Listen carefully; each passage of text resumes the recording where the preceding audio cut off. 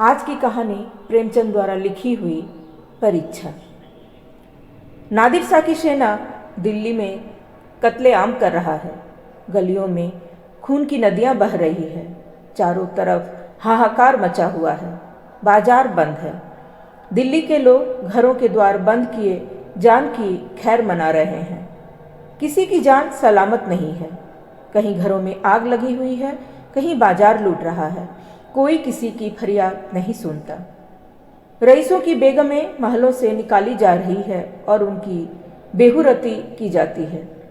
ईरानी सिपाहियों की रक्त पिपासा किसी तरह नहीं बुझती। मानव हृदय की क्रूरता, कठोरता और पैशाचिकता अपनी विकरालतम रूप धारण किए हुए है। इसी समय नादिर शाह ने बादशाही महल में प्रवेश किया। दिल्ली उन दिनों भोग विलास का केंद्र बनी हुई थी। सजावट और तकल्लुफ के सामानों से रईसों के भवन भरे रहते थे। स्त्रियों को बनाव श्रृंगार के सिवा कोई काम न था। पुरुषों को सुख भोग के सिवा और कोई चिंता न थी। राजनीति का स्थान शेर व शायरी ने ले लिया था। समस्त प्रांतों से धन खींच खींच कर दिल्ली आता था और पानी की भांति बहाया जाता था। वेश्याओं की चांदी थी। कहीं तीतरों के जोड़ होते थे, कहीं बटेरों और बुलबुलों की पलियां ठनती थी। सारा नगर विलास निद्रा में मग्न था। नादिर शाह शाही महल में पहुंचा तो वहां का सामान देखकर उसकी आंखें खुल गई। उसका जन्म दरिद्र घर में हुआ था। उसका समस्त जीवन रणभूमि में ही कटा था।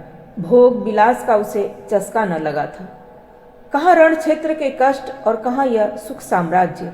जिधर आंख उठती थी उधर से हटने का नाम न लेती थी। संध्या हो गई थी। नादिर शाह अपने सरदारों के साथ महल की सैर करता और अपनी पसंद की चीज़ों को बटोरता हुआ दीवाने खास में आकर कारचोबी मसनद पर बैठ गया। सरदारों को वहाँ से चले जाने का हुक्म दे दिया। अपने सब हथियार रख दिए और महल के दरोगा को बुलाकर हुक्म दिया, मैं शाही बेगमों का नाच देखना चाहता हूँ। तुम इसी वक्त उनको सुंदर वस्त्राभूषणों से सजाकर मेरे सामने लाओ। खबरदार, जरा भी देर न हो। मैं कोई उज्र या इनकार नहीं सुन सकता। दारोगा ने यह नादिर शाही हुक्म सुना तो होश उड़ गए। वह महिलाएं जिन पर सूर्य की दृष्टि भी नहीं पड़ी कैसे इस मजलिस में आएंगी। नाचने का तो कहना ही क्या। शाही बेगमों का इतना अपमान कभी न हुआ था। हाँ नर पिशाच, दिल्ली को खून से रंगकर भी तेरा चित्त शांत नहीं हुआ। मगर नादिर शाह के सम्मुख एक शब्द भी जबान से निकालना अग्नि के मुख में कूदना था। सिर झुकाकर आदाब बजा लाया और आकर रनिवास में सब बेगमों को नादिर शाही हुक्म सुना दिया। उसके साथ ही यह इतल्ला भी दे दी कि जरा भी तामुल न हो। नादिर शाह कोई उज्र या हिला न सुनेगा। शाही खानदान पर इतनी बड़ी विपत्ति कभी नहीं पड़ी, पर इस समय विजयी बादशाह की आज्ञा को सिरोधारी करने के सिवा प्राण रक्षा का अन्य कोई उपाय नहीं था। बेगमों ने यह आज्ञा सुनी तो हदबुद्धि सी हो गई। सारे रनिवास में मातम सा छा गया। वह चहल पहल गायब हो गई। सैकड़ों हृदयों ने इस सहायता याचक लोचनों से देखा। किसी ने खुदा और रसूल का सुमिरन किया, पर ऐसी एक महिला भी न थी जिसका निगाह कटार या तलवार की तरफ गई हो। यद्यपि इनमें कितनी भी बेगमों की नसों में राजपुतानियों का रक्त प्रवाहित हो रहा था, पर इंद्रिय लिप्सा ने जौहर की पुरानी आग ठंडी कर दी थी। सुख भोग की लालसा आत्मसम्मान का सर्वनाश कर देती है। आपस में सलाह करके मर्यादा की रक्षा का कोई उपाय सोचने की मोहलत न थी। एक एक पल भाग्य का निर्णय कर रहा था, हताशा का निर्णय कर रहा था।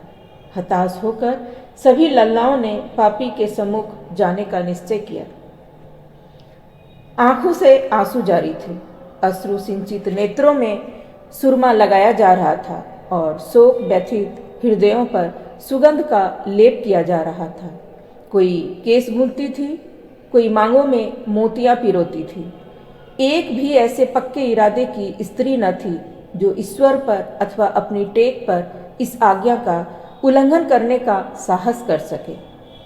1 घंटा भी न गुजरने पाया था कि बेगमात पूरे के पूरे आभूषणों से जगमगाती, अपने मुख की कांति से बेले और गुलाब की कलियों को लजाती, सुगंध की लपटें उड़ाती, छम छम करती हुई दीवाने खास में आकर नादिर शाह के सामने खड़ी हो गई।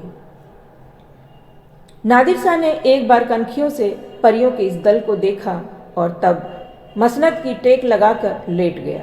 अपनी तलवार और कटार सामने रख दी। एक क्षण में उसकी आंखें झपकने लगी। उसने एक अंगड़ाई ली और करवट बदल ली। जरा देर में उसके खराटों की आवाजें सुनाई देने लगी। ऐसा जान पड़ा कि गहरी निद्रा में मग्न हो गया है। आधा घंटे तक वह सोता रहा और बेग में ज्यों की त्यों सिर नीचा किए दीवार के चित्रों की भांति खड़ी रही। उनमें 2 एक महिलाएं जो ढीठ थी, घूंघट की ओट से नादिर शाह को देख भी रही थी और आपस में दबी जवान में कानाफूसी कर रही थी। कैसा भयंकर स्वरूप है, कितनी रणोमत आंखें हैं, कितने भारी शरीर है, आदमी काहे को है, देव है। सहसा नादिर शाह की आंखें खुल गई। परियों का दल पूर्ववत खड़ा था। उसे जागते देखकर बेगमों ने सिर नीचे कर लिए और अंग समेटकर भेड़ों की भांति एक दूसरे से मिल गई। सबके दिल धड़क रहे थे कि अब यह जालिम नाचने गाने को कहेगा तब कैसे होगा। खुदा इस जालिम से समझे, मगर नाचा तो न जाएगा, चाहे जान ही क्यों न जाए। इससे ज़्यादा जिल्लत अब न सही जाएगी। सहसा नादिर शाह कठोर शब्दों में बोला, एक खुदा की बंदियों, मैंने तुम्हारा इम्तहान लेने के लिए बुलाया था और अफसोस के साथ कहना पड़ता है कि तुम्हारी निस्बत मेरा जो गुमान था वह हर को हर सच निकला। जब किसी कौम की औरतों में गैरत नहीं रहती तो वह कौम मुर्दा हो जाती है। देखना चाहता था कि तुम लोगों में अभी कुछ गैरत बाकी है या नहीं, इसीलिए मैंने तुम्हें यहाँ बुलाया था। मैं तुम्हारी बेहुरमती नहीं करना चाहता था। मैं इतना ऐस का बंदा नहीं हूँ, वरना आज भेड़ों के गल्ले चराता होता। न इतना हवस परस्त हूँ, वरना आज फारस में सरोद और सितार की ताने सुनता होता, जिसका मजा मैं हिंदुस्तानी गाने से कहीं ज़्यादा उठा सकता हूँ। मुझे सिर्फ तुम्हारा इम्तहान लेना था। मुझे यह देखकर सच्चा मलाल हो रहा है कि तुम में गैरत का जौहर बाकी न रहा। क्या यह मुमकिन न था कि तुम मेरे हुक्म को पैरों तले कुचल देती? जब तुम यहाँ आ गई तो मैंने तुम्हें एक और मौका दिया। मैंने नींद का बहाना किया। क्या यह मुमकिन न था कि तुम में से कोई खुदा की बंदी इस कटार को उठाकर मेरे जिगर में चुभो देती?